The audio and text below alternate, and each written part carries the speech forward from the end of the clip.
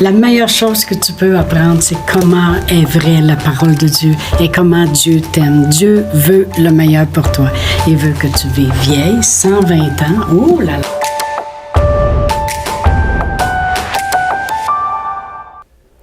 Bonjour, bienvenue à Inspiration. Eh bien oui, encore une autre belle semaine qui va se terminer aujourd'hui avec notre beau sujet que l'on explore depuis 10 capsules, depuis 2 semaines. Et ce sujet se trouve dans Galates 5, 22 et qui est le fruit de l'esprit. Alors, je vais le lire pour vous, mais le fruit de l'esprit, c'est l'amour, la joie, la paix, la patience, la bonté, la bienveillance, la foi, la douceur, puis la maîtrise de soi. Alors aujourd'hui, nous allons parler de ce fruit, la maîtrise de soi. Moi, je suis jamais allée à l'université, mais je peux vous dire que j'ai eu l'occasion de faire bien des maîtrises dans ma vie. Des maîtrises de soi. Ah, OK, c'est une joke. La maîtrise de soi, c'est quoi? C'est la vertu qui modère les désirs, les passions, c'est le contrôle de tes émotions. Tu apaises ça. C'est se rendre maître et dompter, assujettir, amener à l'obéissance. Ça, là, c'est un fruit très important. Vraiment, tu es en contrôle. C'est pas tes émotions, puis c'est pas tes passions qui te contrôlent. Ben moi, je n'étais plus capable de me contrôler, fait que elle a eu ma façon de penser. Non, non, non, non. La maîtrise de soi, là, tu contrôles ta colère, puis tes impatiences, puis tes sautes d'humeur, et c'est vraiment se rendre maître. Tu montres à tes émotions c'est qui le boss. Tu montres à tes passions comment ils ont affaire à s'assujettir. Et pour ça, on va aller dans l'Ancien Testament voir quelqu'un qui n'a pas contrôlé ses passions. Et je vais aller dans 1 Roi 21. Et je ne vais pas tout lire le contexte, mais je vais vous en lire des petits bouts ici et là. C'est à propos d'un roi qui s'appelait Achad. Et sa femme s'appelait Jézabel. Et lui, il désirait quelque chose. Et je vais commencer à lire au verset 1. Et ça dit, « Après ces choses, voici ce qui arriva. Naboth de Jizréel avait une vigne à Jizréel, à côté du palais d'Achad, roi de Samarie.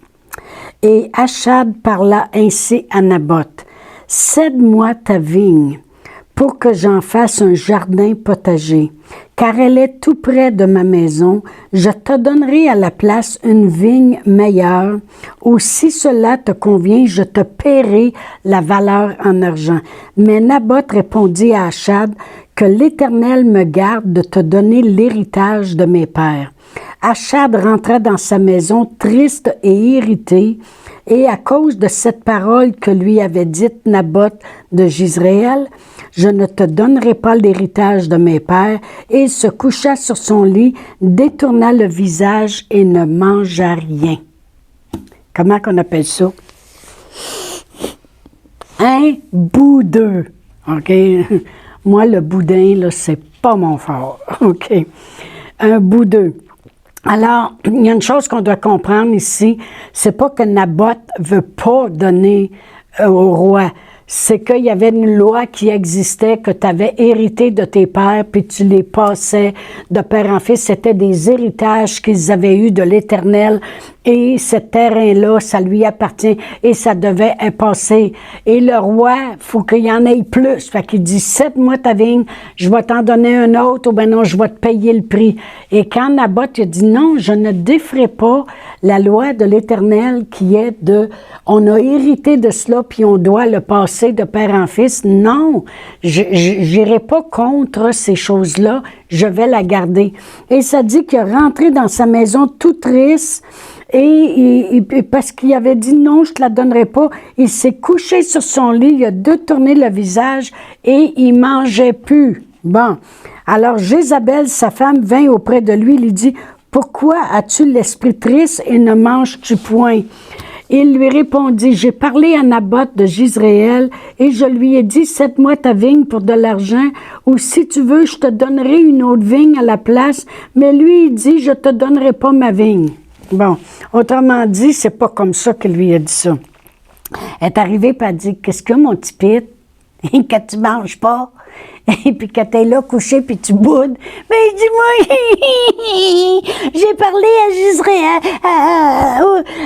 j'ai parlé à Naboth, puis Naboth, j'ai demandé sa vie, mais il veut pas me donner. Bon, c'est exactement ça qui est arrivé. Il veut pas, oh, pauvre roi. Fait que Jézabel a dit, m'a t'arrangé ça. C'est facile, on va le faire tuer. On va le tuer. Fait que comme ça, tu vas pouvoir avoir la vigne. Et c'est ça qu'ils ont fait. Ah. Refuser de manger parce qu'il convoite la vigne d'un pauvre petit monsieur qui a hérité de ses pères d'une vigne à se rendre malade. Amen. Puis, il y a une chose qu'il ne faut jamais faire, c'est flatter un boudeux. Amen. Puis dire, dans le fond, il fait pitié. C'est vrai qu'il fait pitié, ce pauvre petit roi. Amen. On n'a pas besoin de mentir puis de voler. Nous, comme enfants de Dieu, on a juste à le demander à Dieu, puis on n'a pas besoin de faire des manigances pour obtenir des choses. On a juste à le demander à Dieu qui pourvoit à tous nos besoins. Quelqu'un qui a la maîtrise de soi est habitué à se réjouir pour les autres et ne désire pas ce que les autres ont. Point final. Dans Philippiens 4.10, on ne le tournera pas, mais voyez-vous, l'apôtre Paul était en prison dans Philippiens 4.10 et l'apôtre Paul il était en prison et puis les Philippiens ont décidé de lui envoyer de l'argent pour qu'il puisse sortir de prison. Et l'apôtre Paul a dit ceci, il dit, j'ai appris à être content dans l'état où je me trouve. Je sais vivre dans l'humiliation, puis je sais vivre aussi dans l'abondance. Mais vous avez bien fait de prendre part à ma détresse. Vraiment, l'apôtre Paul est un homme qui démontre la maîtrise de soi.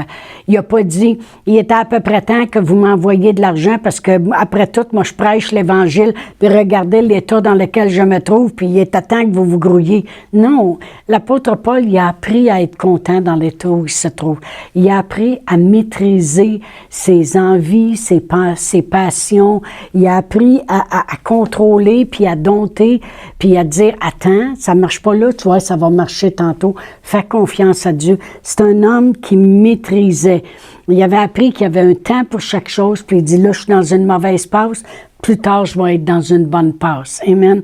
Il n'est pas du tout comme le roi Achad.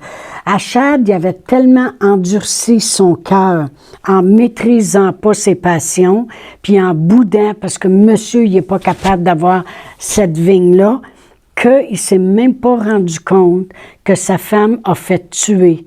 Parce que, vous lirez toute l'histoire, c'est vraiment bon. Elle est revenue à un moment donné, puis elle dit, tu peux te lever puis manger. Fait qu'il dit, ah oui, comment ça? Ben, elle dit, Naboth, il est mort, fait que tu vas pouvoir prendre la vigne. OK. Il dit, oh, OK, youhou! Beau innocent.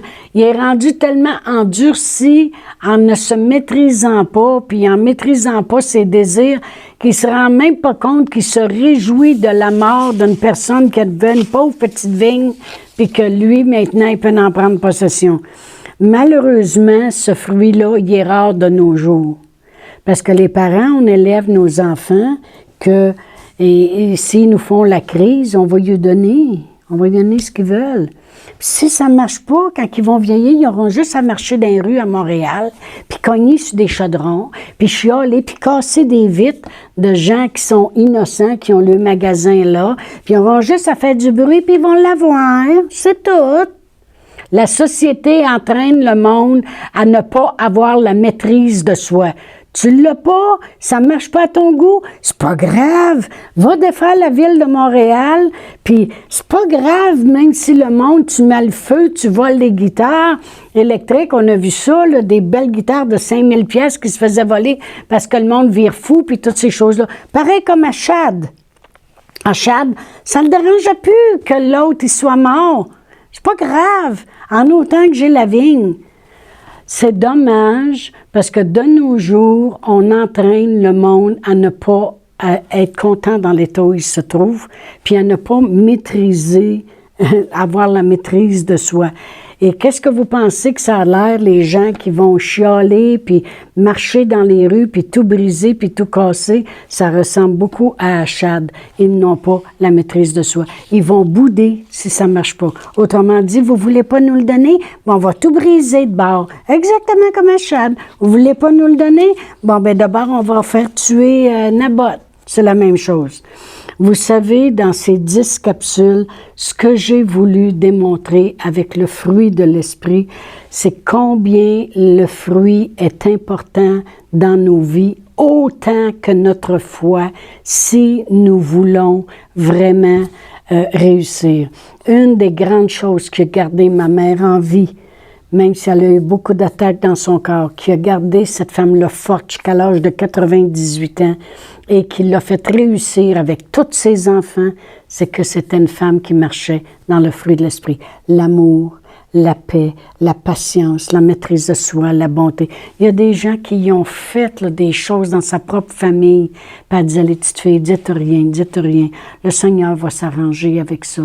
C'est pas grave. Puis ça, il faisait de la peine, un héritage qu'elle était supposée d'avoir à un moment donné. Toutes les autres l'ont eu, mais ils ont dit, on n'est pas pour donner ça à elle, elle va donner ça à sa religion. Oh mon Dieu Seigneur. Parce que les autres, ils vont le donner où, leurs argent? Amen. À qui ils ont volé sa part. Mais elle a dit, elle a pleuré. Ça fait de la peine parce qu'on est des humains. Mais après ça, elle a dit, bon, on ne va pas y en vouloir pour ça, on va passer par-dessus. Mais ma mère, par exemple, elle a récolté bien des choses. Il y a des fois, il y a des gens qui nous disent, vous autres, la famille de la plante, vous êtes bénis, vous êtes tous sauvés. Bien, je pense que ma mère, elle a récolté des choses que l'argent ne peut pas acheter. Et voilà. C'est très important parce que c'est aussi important que la foi. Les fruits de l'esprit sont aussi importants que la foi parce que c'est ça qui fait fonctionner ta foi. Amen. Si une personne j'ai marqué, si une personne ne peut se contrôler, bien, elle demeurera pas ferme dans la foi parce qu'elle va manquer de patience, elle va prendre des mauvaises décisions parce qu'elle n'a pas la maîtrise de soi, elle va s'arranger pour obtenir des choses à sa façon, comme Achad, parce qu'elle n'a pas la foi. Amen. Quand tu n'as pas les fruits en manifestation, ça ne fonctionnera pas. David était un homme qui avait un cœur après Dieu. Puis un jour, il a désiré à sa propre façon, il n'a pas eu la maîtrise de soi. Il a désiré la femme à côté, puis il a envoyé son mari au combat pour qu'il meure lui aussi, pour avoir la femme à côté qui lui appartenait pas. Eh bien, il n'a pas eu la maîtrise de soi. Mais merci Seigneur qu'un jour il s'est repenti. Et voyez-vous, la maîtrise de soi te fait faire des choses. Quand tu n'as pas la maîtrise de soi, ça te fait faire des choses, ça te fait prendre des décisions qui te rendent à faire des choses qui sont terribles, qui ne sont pas en ligne avec la foi, avec la parole de Dieu. La maîtrise de soi, c'est un fruit qui est très, très, très important pour démontrer justement que tu es une personne de foi. Parce que tu ne feras pas dans le naturel pour obtenir, tu vas attendre que Dieu le fasse. Amen.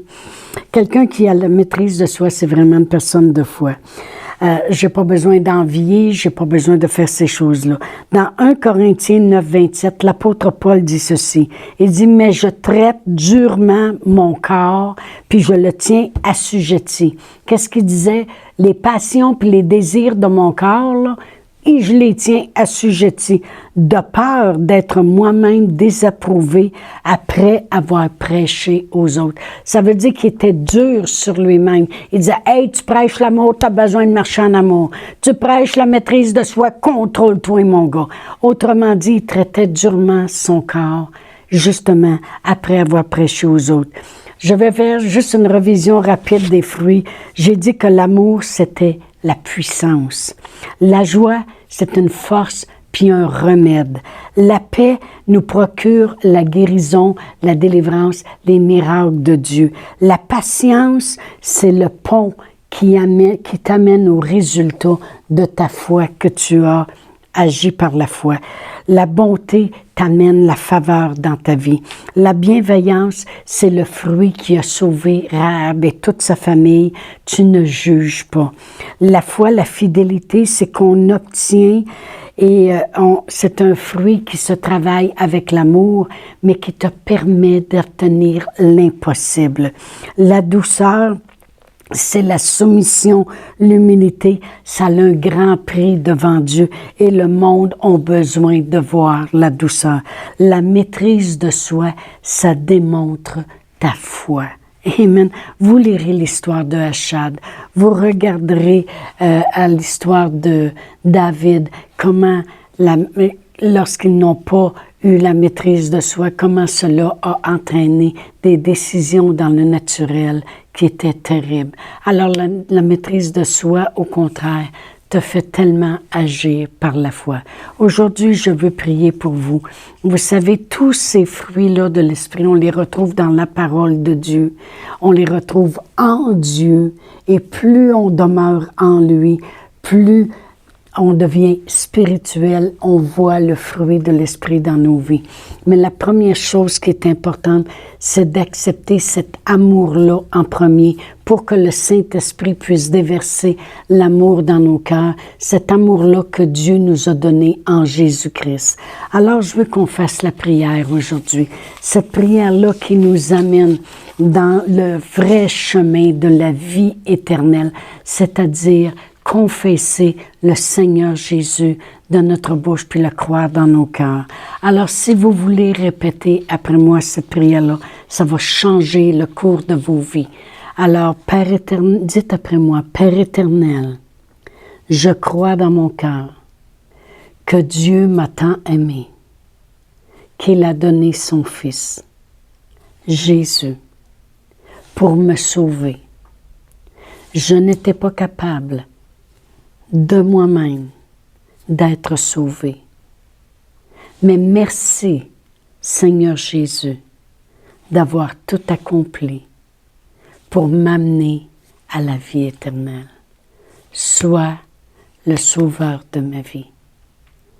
Voyez-vous, en acceptant avec simplicité le plan de Dieu, que Jésus nous a sauvés en envoyant son Fils qui a tout accompli pour nous, on reçoit aussi la présence de Dieu par son Saint-Esprit.